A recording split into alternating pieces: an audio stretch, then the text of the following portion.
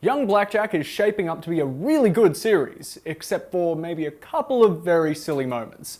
Welcome to the Anime Show. I am just feeling alive. I don't shut it. Young Blackjack is a prequel series to Blackjack, a character created by the godfather of manga himself, Osamu Tezuka. Blackjack is a genius surgeon who works freelance for the highest bidder. Think high-concept medical procedural. In Young Blackjack, Kuro Hazama has not yet adopted his famous nom de guerre and is attending medical school in the culturally turbulent 1960s Japan. Episode 1 is a promising setup with lots of tension. After a train crash leaves a young boy with a severed arm and leg, Hazama goes against procedure and sets up an operation to reattach the child's limbs. While there's a few hints as to his motivation, we're never quite sure whether Hazama is doing this for the patient, the money, or just the challenge of it. Blackjack is an immediately engaging lead, who is by turns kooky, shady, and tragic. Things are kept very tight with the introduction of the supporting cast.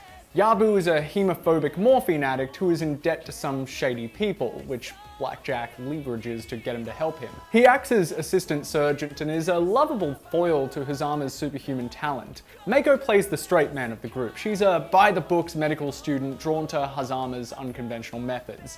She's basically just there as the love interest slash moral compass, and so she's sadly the most underdeveloped and boring character of the group. One thing you have to be prepared for when watching Young Blackjack is suspension of disbelief.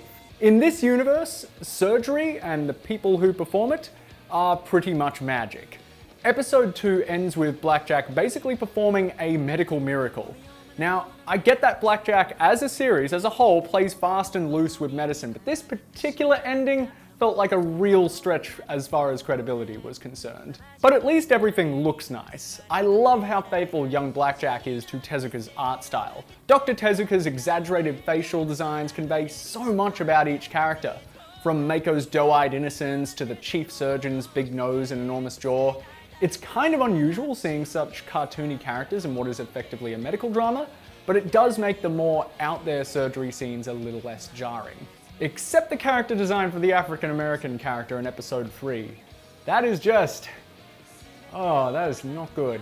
Let's just segue to what is, for me, the biggest draw of the series, the setting. Young Blackjack makes excellent use of the time period and everything that was going on at the time. Hazama patches up people in Vietnam, he witnesses the violence that accompanies parts of the civil rights movement, and navigates the political turmoil in his native Japan. As silly as the medical side of Young Blackjack is, the show does an excellent job depicting what a volatile period the late 1960s was. So yeah, Young Blackjack is shaping up to be a very cool series, as long as you are prepared for some liberties taken in regards to medicine. As long as the series doesn't get too silly with the miracle surgeries, this could be a really tight show about a badass doctor navigating one of the most exciting eras in history. Are we going to see Blackjack fighting a samurai like in the opening scene? Can this scene take place while Hazama is performing surgery? So he has to hold off this guy with a katana while keeping the patient stable and operating? I'm sorry, that's probably not gonna be in the actual show, but if it is, I will be so happy. Thanks for watching, see you next time. Oh, that I am just feeling